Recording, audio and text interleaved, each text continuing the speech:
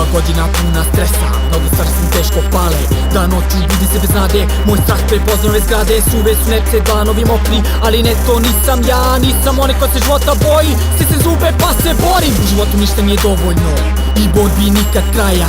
A gde je ta podrška? Moram bar još jednom pokušam. Jesi li dobar sin u posljednje vreme? Često to sebe pitam. Još jedna sputana duša, ali koga je zbog toga briga? Jer svi su hipnotisani, svi jure srpski san. Skupa kola i stan, keša znoja blan. Svi bi superstar da vare noć i dan. I više nije bitno ko je ovde normalan. Ovo je moja zemlja Srbija, bar se još tako zove. Gde radije prebrojevaš pare nego blagoslove. Da mi je život med i mleko, ja bih repovo tome, ali nije, zato prelazim liniju sigurne zone. Bože, izvuci me iz ove kože.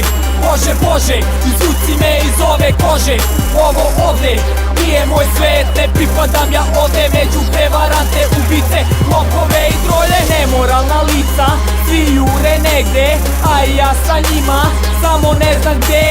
Neću kao oni, a alarm zvoni. Nastao je opšti haos, bolju pomoć zovi. A pomoći nema, nešto se veliko sprema.